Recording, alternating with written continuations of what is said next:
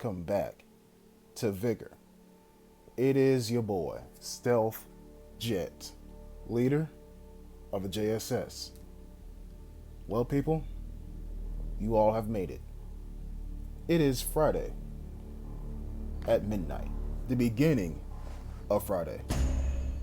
Now, at the time of this recording, it's Sunday, so I'm kind of envious of you all at the moment. But then again, this is previous me. Current me, the one that's probably asleep right now, is probably like, damn, I made it through another week. And the stream went well. And yes, I do stream on Friday, Saturday, and Sunday, and also Wednesday. Now, I should probably make more, or draw more attention to myself while doing this, but I stream other games too. You feel me? So if you just like how I play games in general, then you'll see in the next video that'll be uploaded to this channel, follow my Twitch link, or click on my Twitch link, and you can just see me play regular games, you feel me? But for now, we're going to focus strictly on Vigor. Some things I want you to realize right off the bat. If you spawn right here, guess what? You're looking directly at somebody. You're looking directly at somebody. First thing I do is I go prone. Because what's more easily detected? Me standing up against the sky, or me going prone against the grass? And I'm asking you that question because somebody spawns directly where I'm looking at right now. If not a little bit more to the east. And I think I've seen him, to be honest with you. I think I did. So, it pays to know your spawn points in this game.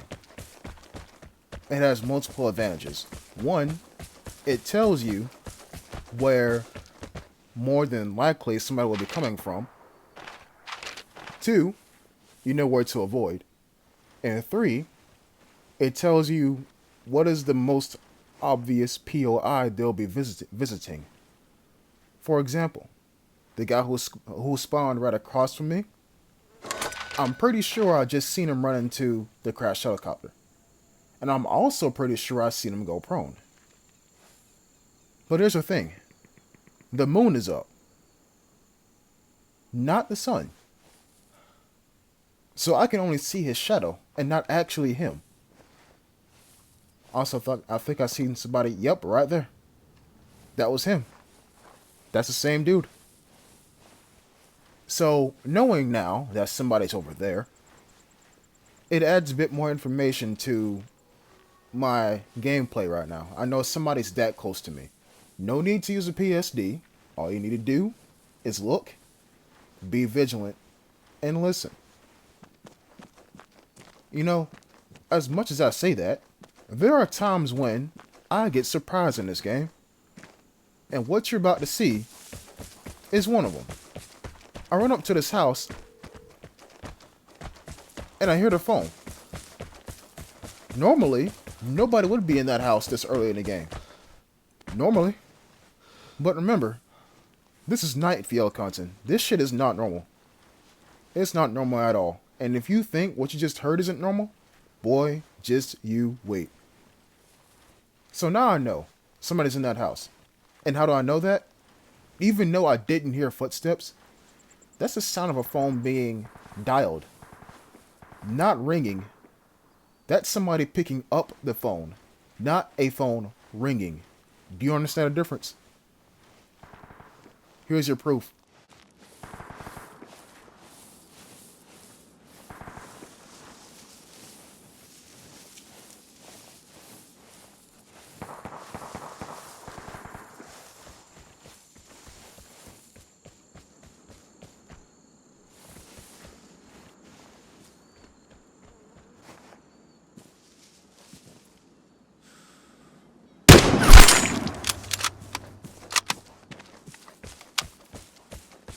You know, I ain't gonna lie to you. I'm pretty sure that was severe overkill. And luckily I killed him. He had a picture on him. Also more ammunition for me too. That was severe overkill. That fucker head should have exploded. Imagine getting shot that close with an M82. And this game had like realistic ass physics. I say that. Lifelike physics. There you go. That's what I meant to say. His head would not be visible. You feel me? Or their head, because it's 2022. Their head would not be visible. So, actually, 3 things happen. 1, I find a picture, which is great. 2, I get a secondary. A Thompson. Yeah, sure, it's a Thompson, but it's better than nothing. 3, do you hear that impending war going on over there? That was a mortar strike, and before that, I'm pretty sure, was a grenade. Looking back at it, no homo, looking back at this encounter, I should have gone for the loot in the buried cache. I should have. Because what you're about to see unfold is one mistake that I've made. And there's going to be an even bigger one.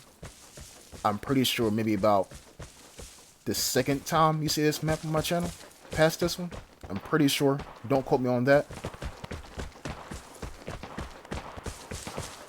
Oh yeah. It's deep over there. It's deep. And I'm pretty sure that's the VZ-52 rifle. Every time they fire, they're giving away their location. And you see, every time I move my camera around, it's because I'm trying to center all the sound in one ear. So that way I know exactly where they're at.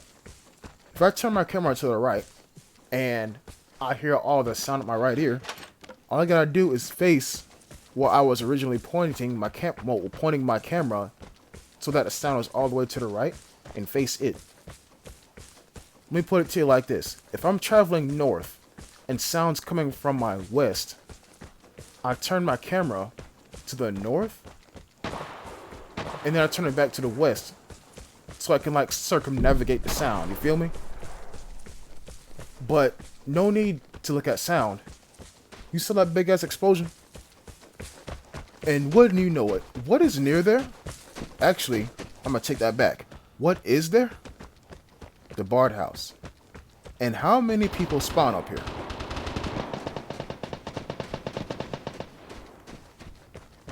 I was waiting because I wanted the gunfire to calm down. We got one person who spawns pretty much down there on that path. Another one who spawns up there at that lookout. Another person who could have spawned in front of the Bard House. Another person who spawns near the exit.